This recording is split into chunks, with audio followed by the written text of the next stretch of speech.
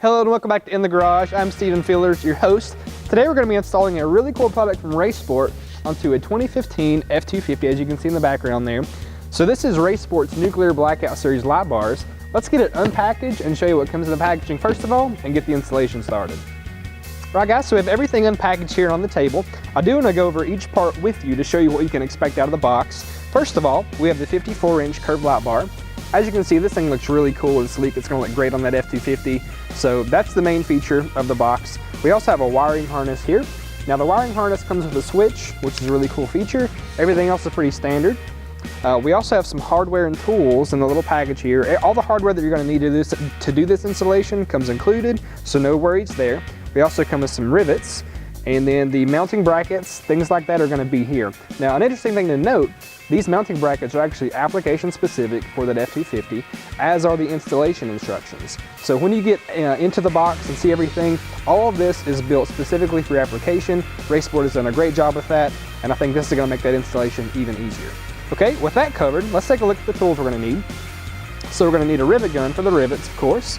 We're going to need a drill with a 3/16 inch drill bit, and then a tape measure and some tape. So guys, with that said and with everything laid out and kind of gone over, let's get the installation started. All right, so to start this installation, we're going to open the passenger side door. We're going to take a look at the weather stripping up here. And basically what we need to do is remove this to make some room for us to drill some holes to mount the brackets for the light bar. So just grab and pull this out of place, just like that. Pull it back a little bit. You don't have to remove the whole thing. It may help you if you want to do it that way. We're just going to remove a small portion of it just so we can get to where we need to get. And basically at this point, we're going to measure from the seal flange, which was right about here, and we're going to measure 22¼ inches, and that's going to be the spot that we start marking our bracket for. So we're going to make our marks here, and then get some drilling done, and then get this bracket installed. All right guys, so again, 22¼ is the magic number. We're going to find that on the measure, make a mark,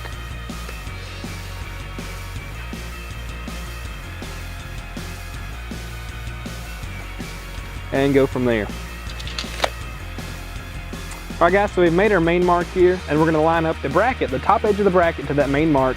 So I'm just going to go in here with the pen again and mark some holes, or the points where I'm going to drill.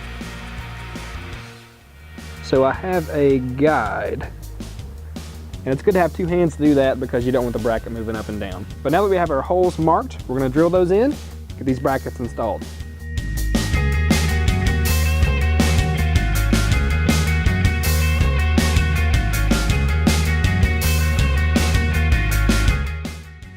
All right, so guys, what we did, we made some marks with the pen, remember that.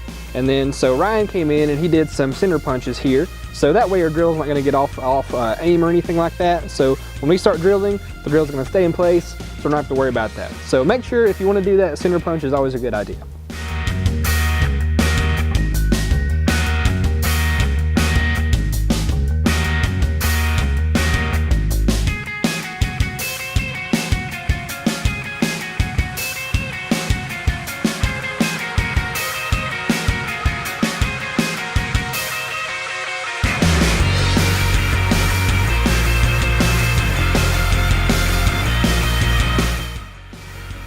All right, so another thing you want to note is to be a little careful with this. We did mark our drill bit at a 1/2 inch. If you go any further than a 1/2 inch into the A-pillar here, you may do some damage. So just make sure you mark your drill bit with a piece of tape, electrical tape, whatever the case may be, at a 1/2 inch. Be careful not to go too far with this drill bit, and then you'll be good to go.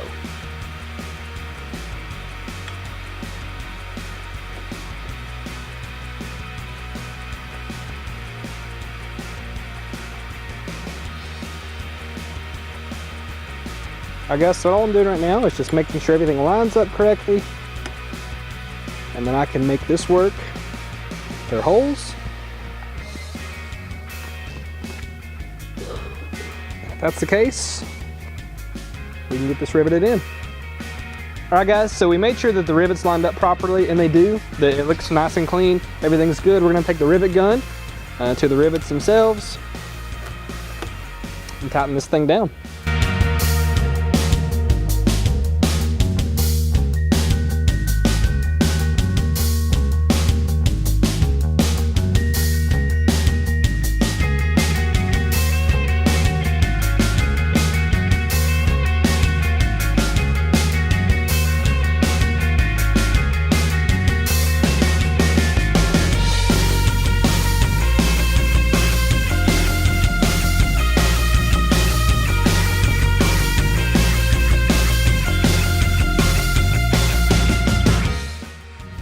All right guys, so the bracket is installed. As you can see, everything went in together very nicely.